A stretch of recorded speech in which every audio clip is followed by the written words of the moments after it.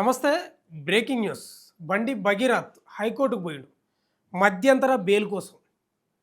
Case నడుస్తుంది కదా, ఫోక్సోకి సంబంధించి దర్యాప్తు కూడా కొనసాగుతుంది కదా. విచారణ అధికారి రీతిరాజ్ ఆధ్వర్యంలో బండి సంజయ్ కొడుకు హైకోర్టుకు పోయిండంట. ఆ వార్త చదువుదాం మనం.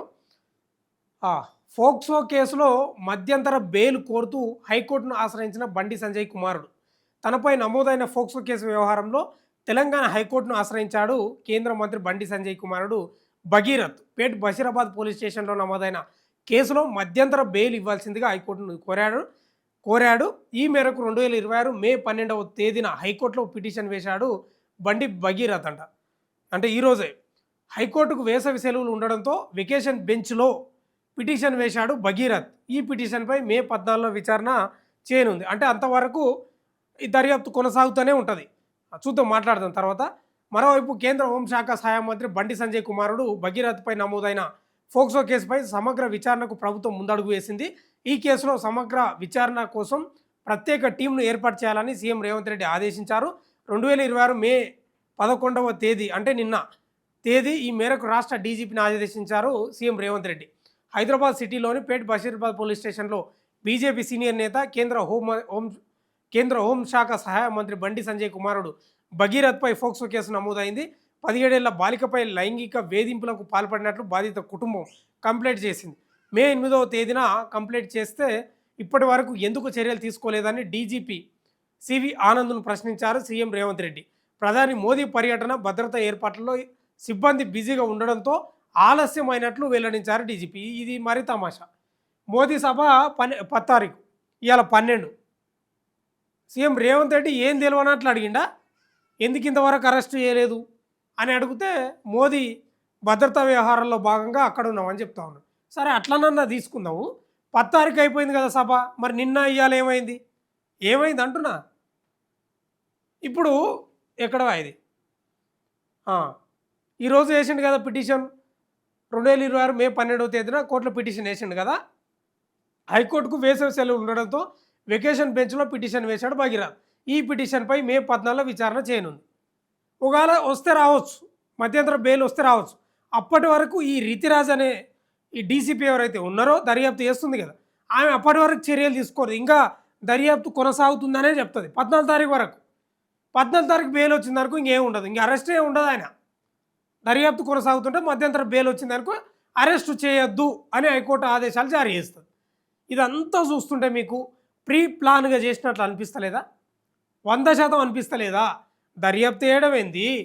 అటు డీజీపీ 18 తారీఖు పేట్ బషీరాబాద్లో ఫోక్సో కేసు నమోదైతే అప్పుడు అరెస్ట్ చేయకపోవడం ఏంది? ముఖ్యమంత్రి రేవంత్ రెడ్డి తెలియకుండా జరుగుతుందా ఇదంతా? డీజీపీ ఏమంటాడు, ప్రధాని మోడీ వస్తున్నాడు కాబట్టి ఆ భద్రతా ఏర్పాట్లలో ఉన్నారంట. అంటే పోలీసులంతా అదే ఏర్పాట్లు ఉన్నారా? ఇంకా ఒక్క పోలీసు లేరా హైదరాబాద్ సిటీలో? అసలు పోలీసులే ఇంకా ఏడలేని మొత్తం ఆనే ఉన్నారా? ఎవరికి చెప్తారు ఈ ముచ్చట్లని? ఎందుకు ఊకే మటసంగి ఇవన్నీ కాకుండా డైరెక్ట్గా చెప్తే అయిపోతుంది కదా. ఉత్తదే ఏం లేదు, తప్పిస్తున్నాం మేమని చెప్తే అయిపోతుంది. అది చెప్పరు. ఇప్పుడు బండి భగీరథ్ తోటి మధ్యంతర బెయిల్కు పిటిషన్ ఇప్పించారు. 14 తారీఖు విచారణ వస్తుంది. ఇప్పుడు ఇవాళ ఎంత 12 కదా, రేపు 13. సరే, రేపు 14 అనుకుందాం. రేపని అరెస్ట్ చేస్తారా?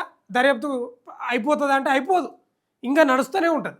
అంటే ఇదంతా 14 తారీఖు అయిపోయిన తర్వాత కూడా విచారణ కొనసాగుతూనే ఉంటుంది. ఆయనకు మధ్యంతర బెయిల్ వస్తే వచ్చే అవకాశం ఉంటుంది. వస్తుందని చెప్తలేము మనం, వచ్చే అవకాశం ఉంటుంది. ఇంకా అరెస్ట్ ఏ ఉండదు, ఏం కథ ఉండదు. ఇక బండి సంజయ్ కేంద్ర మంత్రిగా అట్లనే ఉంటాడు ఆయన. ఇంకా ఈయన బయటనే ఉంటాడు. బండి భగీరథ్ బెదిరించటోళ్ళను వాళ్ళను వీళ్ళను బెదిరిస్తూనే ఉంటారు. ఇదంతా కథ నడుస్తూనే ఉంటుంది. ఇదంతా ఎవరికి సెట్ అవుతుంది అంటే ఇట్లా సంపన్నులకు, రాజకీయ నాయకుల కొడుకులకు లేదా రాజకీయ నాయకులకు మంచి పలుకుబడి ఉన్న వాళ్ళకు మాత్రం సెట్ అవుతుంది. సామాన్యులకు సెట్ కాదు 100%. ఇవాళ మధ్యంతర పిటిషన్ పోయిందంటే కేసు బిగ్గర్ అవుతుంది కదా, ఒత్తిడి ఎక్కువైపోయింది. సామాన్యులకు న్యాయం, సంపన్నులకు న్యాయం అనేది రాష్ట్రంలో పెద్ద చర్చ నడుస్తుంది కదా. అంత ప్రతిపక్షాలు లేకపోతే వాళ్ళు వీళ్ళు అంత ధర్నాలు, రాస్తారోకోలు, డిమాండ్లు చేస్తూ ఉన్నారు కదా. ఇక ఒత్తిడి ఎక్కువైపోయింది కదా, తప్పించుకోలేము మనం ఏమన్నా కానీ. మధ్యంతర బెయిల్ వేద్దాం, అరెస్ట్ తప్పదు. సరే, ఇప్పుడు దర్యాప్తు కొనసాగుతుంది. ఇక 4 రోజులు 3 రోజులు కొనసాగినా కూడా అరెస్ట్ చేయాలి కదా. అందుకే ఎక్కడ ఏం చేశారంటే పోయి మధ్యంతర బెయిల్ వేసుకుంటే బెటర్ కదా అనే సజెషన్ తోటి పోయి మధ్యంతర బెయిల్ వేసుకున్నారు. ఇది అంటే ఇదంతా ముఖ్యమంత్రి రేవంత్ రెడ్డి సివి ఆనంద్పై డీజీపీపై సీరియస్ కావడం, ఆయన ఉండి మోడీ పర్యటనలో భాగంగా బిజీ ఉన్నందుకు పట్టించుకోలేదు ఆయన అనడం, ఈ ఎంబడే రేవంత్ రెడ్డి ఏం తెలియనట్లు ఆయన ఆదేశించడం, ఆ దర్యాప్తు చేయడం, ఆ సైఫాబాద్కు సంబంధించిన సిపి రమేష్ ఆదేశాలు జారీ చేయడం, ఉత్తర్వులు జారీ చేయడం, ఈ రితిరాజు దర్యాప్తును కొనసాగించడం, ఇక ఈ రేపు ఎల్లుండి అయితే అయిపోతుంది కాబట్టి ఎంబడే పిటిషన్ వేపియడం, ఇదంతా ప్రీ ప్లాన్ చేసుకోండి. వ్యవస్థ మీదే కదా, మీరు రాజకీయ నాయకులు, కేంద్ర హోంమంత్రులు, ముఖ్యమంత్రులు, వ్యవస్థ అంతా మీ చేతులు ఉంది. ఏం చేస్తాం, సామాన్యులు గట్లే ఉంటారు. చూద్దాం ఏం జరుగుతుందో. 14 తారీఖు అయితే మరి బెంచ్ మీదకి వచ్చే అవకాశం ఉంది. మధ్యంతర బెయిలు జారీ చేస్తుందా లేదా అనేది వేచి చూడాలి. ఇంకా చూస్తూనే ఉండండి మన తెలుగులు.